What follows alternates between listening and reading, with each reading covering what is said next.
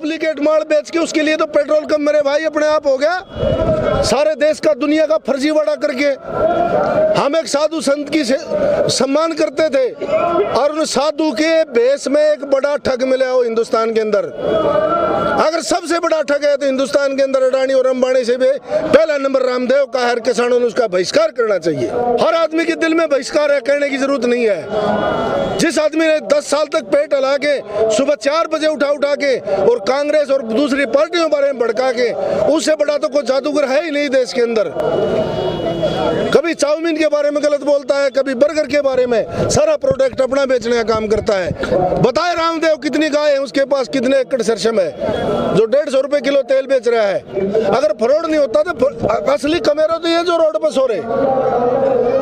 इस देश के अंदर पैसे वाला वही है जो फ्रॉड है, या किसानों के भंडारे का तलाशी लेने वाला मीडिया के लोग पूछते हैं, गोदी मीडिया के लोग पूछते हैं।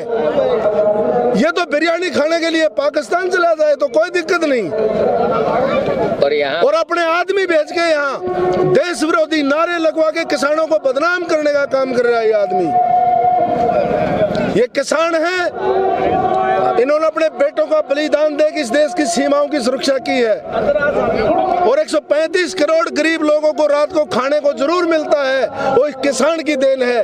और जो 135 करोड़ जनसंख्या रात को सो रही है, इस किसान के बेटों की देन है। नरेंद्र मोदी का बेटा फौज में नहीं है। वहाँ तो कहा जा रहा है कि ये किसान नहीं है जो यहाँ बॉर्डर पे यहाँ प्रदर्शन कर रहे हैं। उनके नजर में किसान तो 3 है ना, मैं बताया आपको।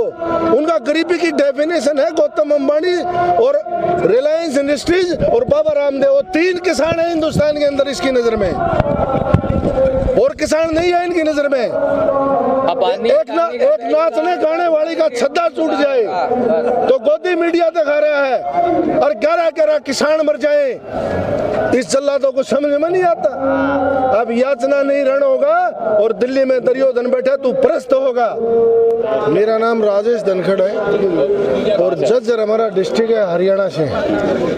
कल हम राजस्थान बैरियल पे थे, वो भी रोड एक साइड का बंद किया है, और 2 दिन पहले डासा बॉर्डर भी बिल्कुल सील किया है।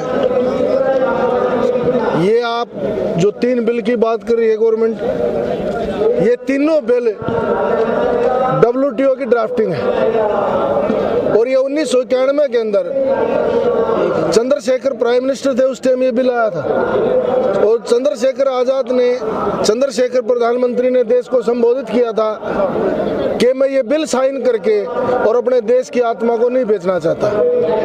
उस प्रधानमंत्री ने देश का सोना गिरवी रख कर पैसा लिया था, और ये बिल आज तक लागू किसी प्राइम मिनिस्टर ने नहीं किया। अब जो ये सारा षड्यंत्र तीनों बिलों के माध्यम से हुआ है, ये अडानी और अंबानी रामदेव के बिजनेस को बढ़ावा देने के लिए WTO की ड्राफ्टिंग है। और 15 साल के अंदर डंटल नाम के आदमी ने 1945 से 1960 तक ये ड्राफ्टिंग तैयार हुई थी, और पूरी दुनिया के 140 देश इसमें शामिल हैं। ये किसानों के नाम की सरकार ना तो थी और ना ये आई, और ना इसने किसान के बारे में एक बात करी। और मैं आपके मीडिया के माध्यम से चैलेंज करता हूं इस बात का, अगर बीजेपी के बैठे जो ग्लोबल डीलर हैं, लीडर होते तो किसानों की सुनते, ये ग्लोबल डीलर हैं। एक बार भी देश का प्राइम मिनिस्टर 6 साल के अंदर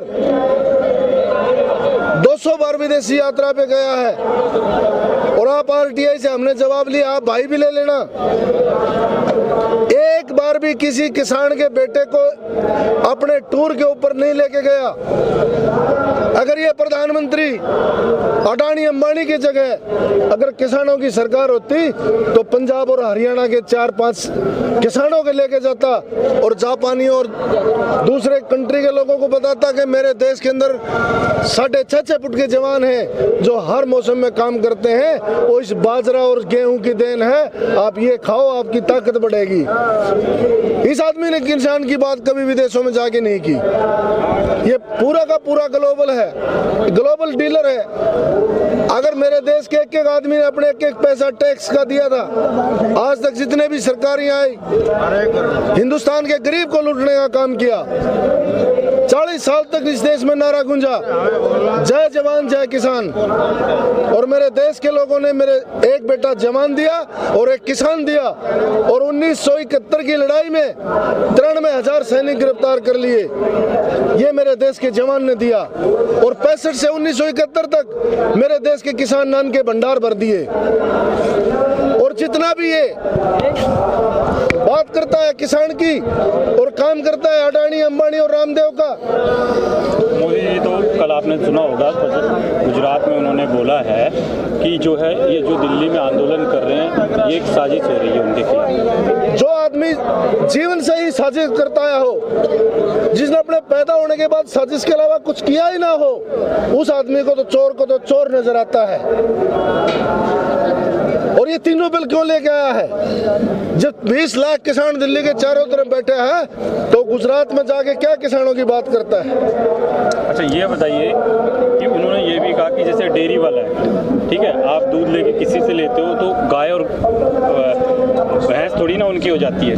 14,000 करोड़ लीटर दूध पैदा हो रहा है। प्राइम मिनिस्टर ये बताए कि देश के अंदर 65,000 करोड़ लीटर दूध कहां से बिक रहा है, जब देश के पास आंकड़ा है। मतलब उनका कहना है कि जो कॉन्ट्रैक्ट है इससे क्या दिक्कत है? भाई ये कॉन्ट्रैक्ट में ही तो फर्जीवाड़ा है। दूध में कॉन्ट्रैक्ट किया, फर्जी बेचा।